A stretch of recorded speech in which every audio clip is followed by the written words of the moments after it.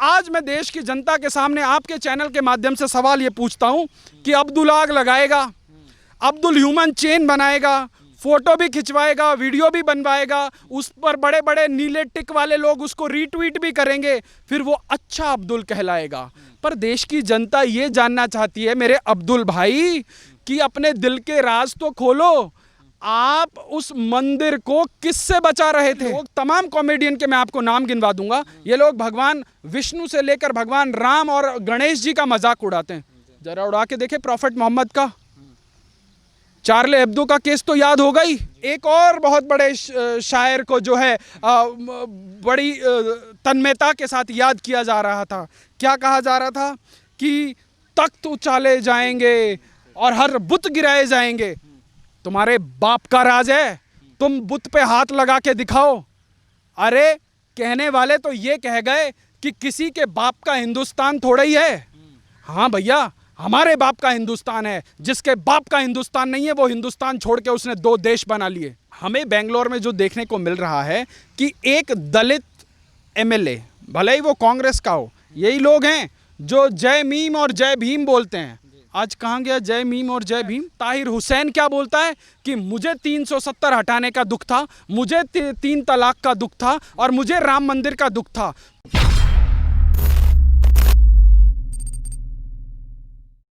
नमस्कार, आप देख रहे हैं शाइनिंग इंडिया और मैं के साथ जितेंद्र शुक्ला।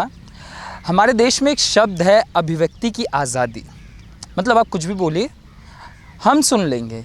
मगर ये जो शब्द है वो एक तरफा है, क्योंकि बेंगलोर में एक तस्वीर देखने को मिली जहाँ शांति दूत निकल कर आए और उन्होंने अपनी शांति किस तरीके से फैलाई। जहाँ एक विधायक का घर जला दिया जाता है, थाने को जला दिया जाता है और कहा जाता है कि ये जो सारी चीज़ें एक सोशल मीडिया पोस्ट को लेकर। सवाल ये उठता है कि लोकतंत्र की जो बात करते हैं वो जब लोकतंत्र को हाथ में लेते हैं तो जो लोकतंत्र की बातें करते हैं वो चुप क्यों हो जाते हैं? झारखंड वाले मामले पे सब बोलते हैं मगर यहाँ सबके मुंह और ज़ुबान बंद हो जाते हैं। तो इसी पे चर्चा करने के लिए हमारे साथ वेद प्रकाश शर्मा जी जुड़े हुए हैं, पॉलिटिकल एनालिस्ट हैं। सबसे जानेंगे सर कि क्या विचार है सारे मामले को लेकर। वेद जी, ये जो एक तरफा चाहे सेकुलरिज्म हो चाहे अभिव्यक्ति की आज़ादी हो, चल क्या रहा है? शांति दूतों का ये जो अंधेरी रातों में सुनसान राहों पर एक मसीहा निकलता है। जितेंद्र भाई, आज हम इस पूरे के पूरे प्रकरण का एक डीएनए टेस्ट करेंगे बहुत विस्तृत से, और मैं आपको पॉइंट के साथ और तमाम जो उदाहरण है उसके साथ जो है इस बात को देश के सामने, देश की जनता के सामने आपके चैनल के माध्यम से रखना चाहूँगा। भगवान राम के ऊपर अभी कुछ दिन पहले असम के एक प्रोफेसर ने जो है पोस्ट लिखी और उस पर जो है एबीवीपी के एक छात्र ने एफआईआर करा दी। तो इस देश में अभिव्यक्ति की आज़ादी के ठेकेदारों ने पूरा का पूरा आसमान सर पे उठा लिया। तमाम ऐसे उदाहरण हैं। अभी आरफा खानम शेरवानी ने कल जो है एक ट्वीट किया है कि भारत के मुसलमानों को पाकिस्तान या बांग्लादेश के मुसलमानों से क्यों कंपेयर किया जा रहा है और भारत का मुसलमान है। मैं 1000 से अधिक आपको एग्जाम्पल्स कोट करके जो इस देश के अंदर हो रहा है और पिछले 70 सालों से होता आया है, उन कुकृत्यों के आधार पर मैं प्रमाणित कर सकता हूं कि इस देश का मुसलमान सिर्फ मुसलमान है। उसके लिए उसका मजहब पहले है, देश नहीं है। क्योंकि उन लोगों को अपने अपने जो मजहब का नशा है वो सबसे प्यारा है, परंतु उनको इस देश के कानून की ज़रूरत तब पड़ती है जब उसकी ओवरडोज हो जाती है। वो इस देश के कानून को अपनी सहूलियत के हिसाब से एक एंटीडोट की तरह जो है प्रयोग करते हैं। तो ये कब तक चलेगा? आज आप पिछले 6 सालों का इतिहास उठा के देख लीजिए। मैं 70 साल की भी बात नहीं करता हूँ। तमाम बड़े से बड़ा इस संप्रदाय विशेष का आज हम नाम लेके बात करेंगे, क्योंकि कब तक हम इन लोगों को जो है एक शांति दूत कहकर हम उस एक एडजेक्टिव के पीछे छुपाते रहेंगे? नहीं, आज ज़रूरत है कि स्पेड को स्पेड बोला जाए। आज आप इनके सांसद से लेकर, इस संप्रदाय से सांसद से लेकर विधायक, मंत्री से लेकर जर्नलिस्ट, प्रोफेसर से लेकर इंडस्ट्रियलिस्ट, किसी को उठा के देख लीजिए, चाहे वो समाज में सबसे ऊंचे तबके पर बैठा हो या समाज में सबसे नीचे तबके पर बैठा हो, इन लोगों की मेंटालिटी कभी इंक्लूसिवनेस की रही ही नहीं। आपको मैं बताता हूं, सीएए का प्रोटेस्ट एक इस देश की राजनीति में प्रयोग था कि हम इतने प्रतिशत हो गए हैं, क्या हम एक जो है फ़ोन कॉल के बेसिस पर, एक व्हाट्सएप वायरल के आधार पर क्या हम इकट्ठे होकर हम देश में जो है दंगे फैला सकते हैं या नहीं फैला सकते। इन्होंने देश के अंदर उस प्रयोग को करके दिखाया। इन्होंने दिल्ली जलाया, इन्होंने लखनऊ जलाया, इन्होंने जो है वेस्ट बंगाल में तो ये जला ही रहे हैं। देश के तमाम हिस्सों में इन्होंने इस प्रयोग को सफलतापूर्वक करके देख लिया। और आज जो हमें बेंगलोर में देखने को मिल रहा है ना, हमें बेंगलोर में जो देखने को मिल रहा है कि एक दलित एमएलए, भले ही वो कांग्रेस का हो, यही लोग हैं जो जय मीम और जय भीम बोलते हैं। आज कहाँ गया जय मीम और जय भीम? आपको तमाम ऐसे उदाहरण दे दूंगा। कमलेश तिवारी ने आजम खान जो इनका मंत्री था समाजवादी पार्टी का, उसकी एक अभिव्यक्ति के ऊपर उसने जो है रिस्पॉन्ड किया। मतलब कि इस संप्रदाय का आदमी नीचे से लेकर नेता तक, पत्रकार से लेकर प्रोफेसर तक, हमारे धर्म को, हमारे धर्म के पूज्यों को, हमारे आराध्यों को कुछ भी बोले तो वो जो है अभिव्यक्ति की आज़ादी है। इस कॉमेडियन, यस, कॉमेडियंस जो आजकल आज ये लोग, तमाम कॉमेडियन के मैं आपको नाम गिनवा दूंगा, ये लोग भगवान विष्णु से लेकर भगवान राम और गणेश जी का मजाक उड़ाते हैं। जरा उड़ा के देखे प्रॉफेट मोहम्मद का, चार्ली हेब्दो का केस तो याद होगा ही। कमलेश तिवारी ने का उसका सिर्फ दोष इतना था कि उसने जो है आजम खान की जो अभिव्यक्ति थी उसका पलटवार कर दिया और इन लोगों ने बंगाल जलाना शुरू कर दिया। कहाँ लखनऊ और कहाँ बंगाल। उसके बाद कुछ समय बाद इन लोगों ने उसको जो है मार दिया। आज इन लोगों को बचाने वाले कौन हैं?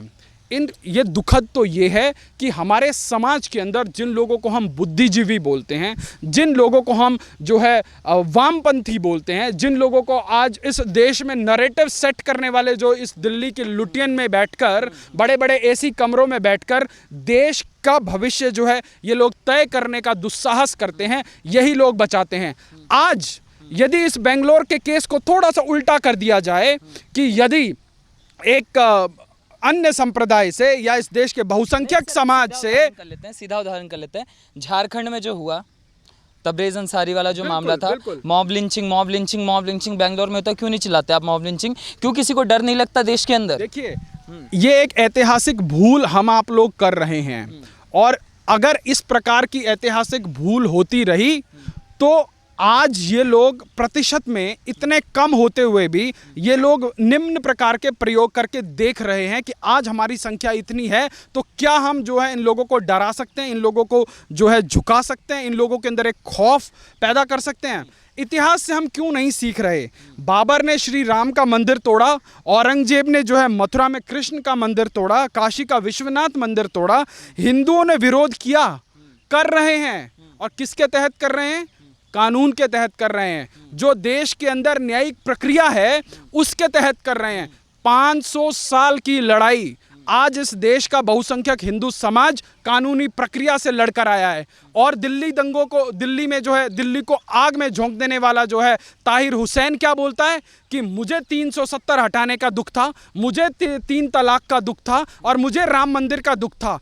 तो इन लोगों जो आज आप ये चाहे बेंगलोर देख रहे हैं, चाहे आपने दिल्ली के दंगे देखे, ये कुछ भी नहीं है। देखिए अभी एक वीडियो फ्लोट हो रही है जिसमें आपको इसी संप्रदाय के कुछ लोग जो है मंदिर के आगे ह्यूमन चेन बनाते हुए दिख जाएंगे। ये इन्हीं के पत्रकारों द्वारा स्क्रिप्टेड किया हुआ, जो सेकुलर जिन लोगों ने सेकुलरिज्म की चरस का जो सेवन करते हैं, ये उन्हीं लोगों का है। वीडियो बन गया, ट्विटर के ऊपर वीडियो चल रही है तो मतलब वो पीछे से एक आदमी बोल रहा है भाई वीडियो बन गया तो जल्दी अपलोड कर। तो आज मैं देश की जनता के सामने आपके चैनल के माध्यम से सवाल ये पूछता हूं कि अब्दुल आग लगाएगा, अब्दुल ह्यूमन चेन बनाएगा, फोटो भी खिंचवाएगा, वीडियो भी बनवाएगा, उस पर बड़े बड़े नीले टिक वाले लोग उसको रीट्वीट भी करेंगे, फिर वो अच्छा अब्दुल कहलाएगा। पर देश की जनता ये जानना चाहती है मेरे अब्दुल भाई कि अपने दिल के राज तो खोलो। आप उस मंदिर को किससे बचा रहे थे? कौन था जो उसको आग लगाने के लिए आ रहा था? कौन से मजहब का था? तो ये जो एक आई वॉश करने का जो एक प्रोपोगेंडा है, आज उस बेंगलोर के अंदर 60 से अधिक पुलिस वालों को जो है इंजर्ड कर दिया, तमाम घरों को फूंक दिया, तमाम गाड़ियों को फूंक दिया, पुलिस के आला अधिकारी तक जो है गंभीर रूप से जो है घायल हैं। परंतु अब NDTV, Scroll, The Print, Quint, Abhisar Sharma और ये तमाम जो दलाल पत्रकारों की एक लॉबी है, अभी देखना इन लोगों का मुहर्रम चलेगा। ये लोग अपने अपने यूट्यूब चैनल और अपने अपने टीवी चैनलों पर जो है अब ये स्क्रीन काली नहीं करेंगे। अब ये तो कहेंगे, अब ये नहीं दिखाएंगे कि 60 पुलिस वाले मारे गए। भैया जरा देश की जनता ये जानना चाहती है कि यदि इनके अंदर पत्रकारिता का लेश मात्र भी बचा है तो देश की जनता जानना चाहती है कि जो उस एमएलए के रिश्तेदार ने फेसबुक पर पोस्ट किया था, उससे पहले इस शांतिप्रिय समाज के एक आदमी ने पोस्ट किया था, उसके ऊपर तो देश के या उस प्रदेश के बहुसंख्यक समाज ने कोई जो है दंगा नहीं भड़काया। तो ये इस प्रकार से जो आप लोग अराजक हो जाते हैं, तो भैया देखो ये देश लॉ ऑफ लैंड से चलेगा, ये देश कानून से चलेगा। पर समस्या क्या है, जब ये लोग कानून की जद में आते हैं तो ये लोग विक्टिम कार्ड खेलना शुरू कर देते हैं। ये बोलते हैं कि जी हम अल्पसंख्यक है इसलिए अत्याचार हो रहे हैं। अरे भैया 70 साल से तुम लोगों के ऊपर इस देश के खजाने लुटा दिए यहाँ की सरकारों ने। देश का प्रधानमंत्री जो है रोजे की इफ्तारे दावत देता देता थक गया। इस देश के प्रधानमंत्री ने हजारों करोड़ की जो है हज सब्सिडी लुटा दी। हर राज्यों में जो है करोड़ों करोड़ के हज हाउस बनवा दिए। तुम लोगों को मदरसों में जो है तमाम वजीफे से लेकर पता नहीं क्या क्या नहीं दे दिया इस सरकार ने। पर हमारा एजेंडा हो क्या रहा है? ये कब तक हम एक संप्रदाय को कंधे पर बिठा के घूमते रहेंगे और ये जो है हमारी छाती पर मूंग दलते रहेंगे? आज सच बोलना जरूरी है। कब तक हम एक तरफा सद्भावना की बात करते रहेंगे? क्या इस देश में सद्भावना की सारी ठेकेदारी बहुसंख्यक हिंदू समाज की है?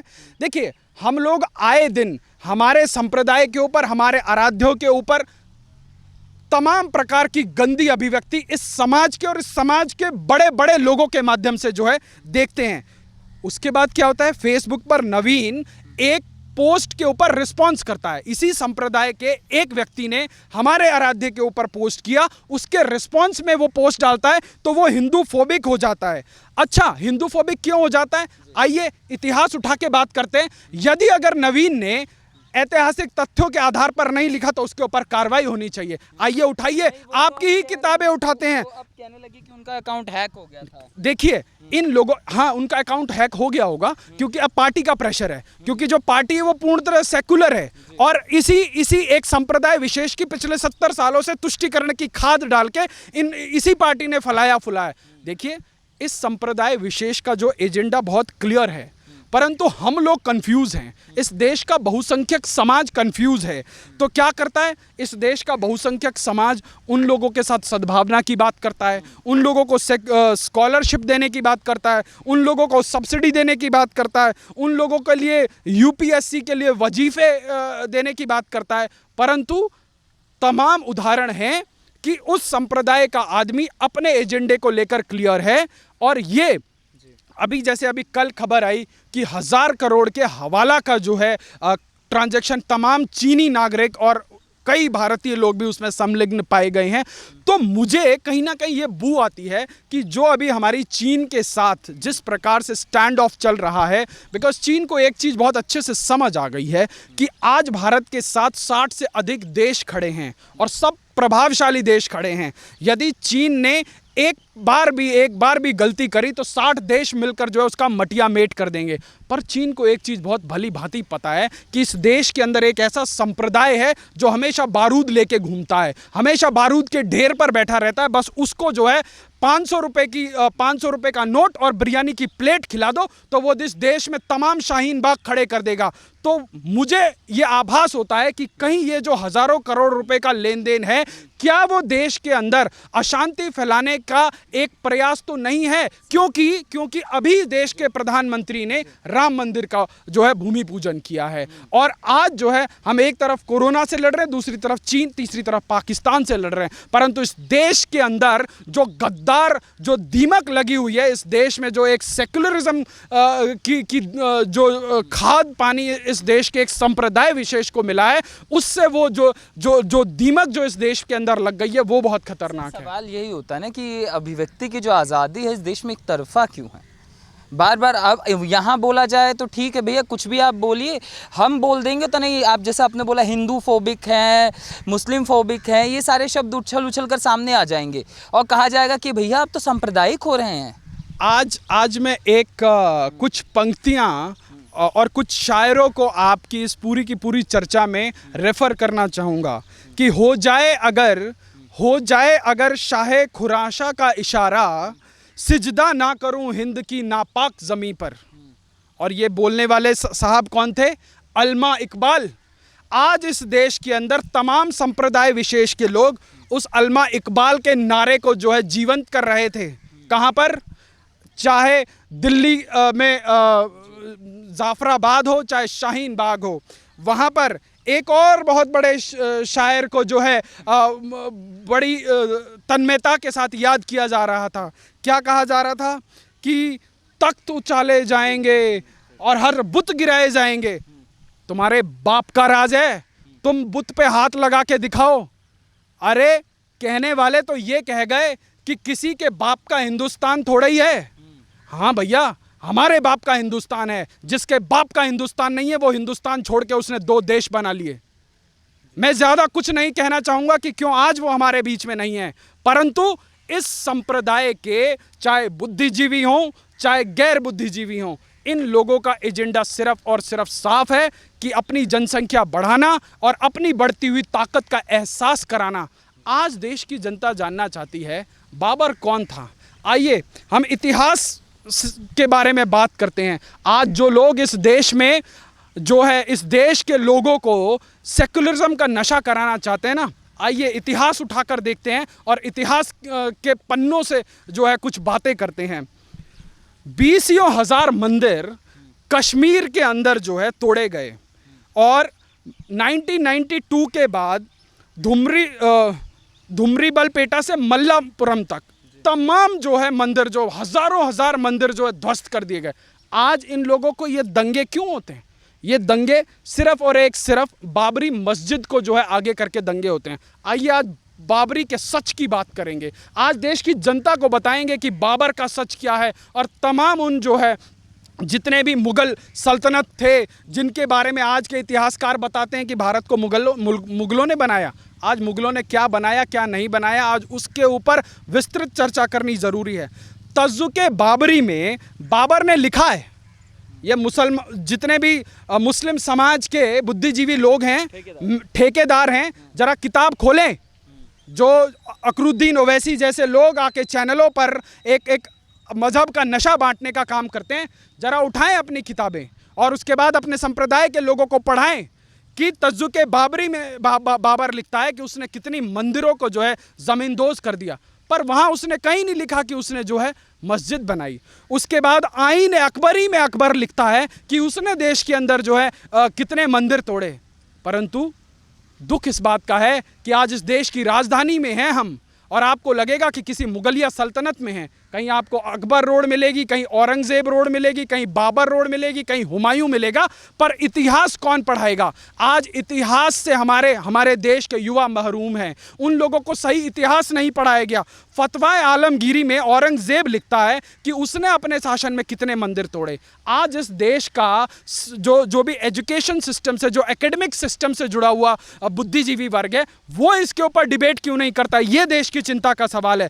फिरोज शाह ने अपने उसके अंदर लिखा है कि उसने कितने मंदिर तोड़े। बाबर ने कहीं नहीं लिखा कि उसने मस्जिद बनाई। हुमायूं नामा में उल्लेख नहीं है इस चीज़ का, जहांगीर नामा में उल्लेख नहीं है, और जो तमाम अंग्रेजी शासनकाल में जो तमाम इतिहासकार इस देश के अंदर आए, उन्होंने कहीं पे ऐसी चीज़ों का उल्लेख नहीं किया। परंतु क्या हुआ? हमारी मंदिरें तोड़ी गई, हमारे आस्थाओं के केंद्र को तोड़ा गया, हमारी संस्कृति को जो है चोटिल करने का, बार बार उसको जो है गिराने का और हमारी संस्कृति को जो है डाइल्यूट करने का प्रयास किया गया। परंतु हम लोगों ने पूरी की पूरी सहिष्णुता के साथ तमाम जो है कुर्बानियां देकर हमने 500 साल बाद आज एक जो है गौरव का पल हम लोगों ने हासिल किया है। परंतु आज यदि इन्हीं के ऐतिहासिक तथ्यों के साथ इनको आईना दिखाने का अगर प्रयास किया जाए तो ये लोग, जहां इनकी भीड़ होती है, आज बेंगलोर में 4000 की भीड़ ने जो है तमाम आगजनी करी, तो क्या ओवैसी के भाई ने जब भगवान माता सीता और तमाम देवियों के ऊपर टिप्पणी करी तो क्या इस देश के हिंदुओं ने आगजनी करी? उस लॉजिक के हिसाब से तो उसका घर भी फूंक देना चाहिए। इसके संप्रदाय के तमाम लोग इस प्रकार की ओछी टिप्पणी करते हैं। आज उठाइए, आप फेसबुक उठाइए, आप उठाइए इंस्टाग्राम उठाइए, आप ट्विटर उठाइए, तमाम बुद्धिजीवी पत्रकार जो संप्रदाय विशेष से आते हैं, मैं आपको ऐसे कमेंट दिखा दूंगा कि अगर इस लॉजिक से चला जाए तो इन लोगों का घर से बाहर निकलना जो है, घर से बाहर निकलना इन लोगों का जो है दूभर हो जाए। अभी एक फिल्म डायरेक्टर ने एक फिल्म बनाई है, अभी उसका पोस्टर बड़ा वायरल हो रहा है ट्विटर के ऊपर। हिंदू एक साध्वी को दिखाया है चलम पीते हुए और मुस्लिम लड़की को दिखाया हुआ है सजदा करते हुए। जरा दिखाए, जरा मुस्लिम लड़की को चिलम पीते हुए दिखाए जरा। वो मैं बता रहा हूँ उसका घर से बाहर निकलना मुश्किल हो जाएगा। समस्या क्या है कि हम लोग अपने सामने अपने इतिहास को खंडित होते हुए देख रहे हैं। यदि हम लोग अभी भी नहीं जागेंगे तो ये इसी प्रकार से, जहां इनकी जनसंख्या 30% से ऊपर हुई नहीं, और ये सिर्फ भारत में ही नहीं है, फ्रांस तक, चार्ली हेब्दो का मैं अभी नाम ले रहा था, तमाम देश में। आज आप इंग्लैंड चले जाइए, वहाँ की सड़कों पर क्या हो रहा है, क्योंकि एक संप्रदाय विशेष की जो है जनसंख्या अचानक से बढ़ गई है। तो आज देश के अंदर किस चीज़ की ज़रूरत है? समान नागरिकता कानून की ज़रूरत है, जनसंख्या नियंत्रण बिल की ज़रूरत है। कल इस देश की सुप्रीम कोर्ट ने बड़ा अच्छा जजमेंट दिया है, तारीफ भी होनी चाहिए। क्यों होनी चाहिए? सुप्रीम कोर्ट कहता है कि जो बेटी है, जो बेटा है वो तो शादी के बाद जो है अलग हो जाता है, पर जो बेटी है वो अंत तक रहती है, इसलिए बेटी को जो है बाप की जायदाद में हिस्सा मिलना चाहिए। बिल्कुल मिलॉर्ड, मिलना चाहिए। तो ये लॉजिक दूसरे संप्रदाय पर भी लगाइए ना। वहाँ तो क्या हुआ कि श्रीमती इंदिरा गांधी जी ने तुष्टीकरण की राजनीति को जो है हवा देने के लिए all India Muslim personal law board बना दिया। ऐसा बोर्ड बना दिया कि उस लॉ बोर्ड के अंदर जो इस देश के मिलॉर्ड भी इंटरफेयर नहीं कर सकते। तमाम उदाहरण हैं। अगर किसी को लगता है कि ये कंटेम्प्ट ऑफ कोर्ट है तो स्वागत है, परंतु आज बोलना जरूरी है। आज मंदिरों के अंदर, हमारे हिंदू मंदिरों के अंदर महिलाओं का प्रवेश वर्जित है, तो वो मामला जो है कोर्ट के संज्ञान में चला जाता है। उसके ऊपर तमाम राजनीति होती है, तमाम बड़े आंदोलन होते हैं। इस देश की न्यायिक व्यवस्था करोड़ों करोड़ केस पेंडिंग होने के बावजूद इस देश में जली कट्टू के ऊपर स्वतः संज्ञान ले लेती है। इस देश में दही हांडी की ऊंचाई कितनी होगी उस पर संज्ञान ले लेती है। परंतु किसी ने पिटीशन ये डाल दी कि मस्जिद के अंदर भी महिलाओं का प्रवेश होना चाहिए, तो इस देश का न्यायालय क्या कह देता है कि जी धार्मिक भावनाएं आहत हो सकती है, ये हमारी ज्यूरिडिक्शन से परे है। तो क्या इस देश में एक संप्रदाय इतना पावरफुल कर दिया गया कि उसको जो है इस देश की कानून व्यवस्था भी टच नहीं करेगी?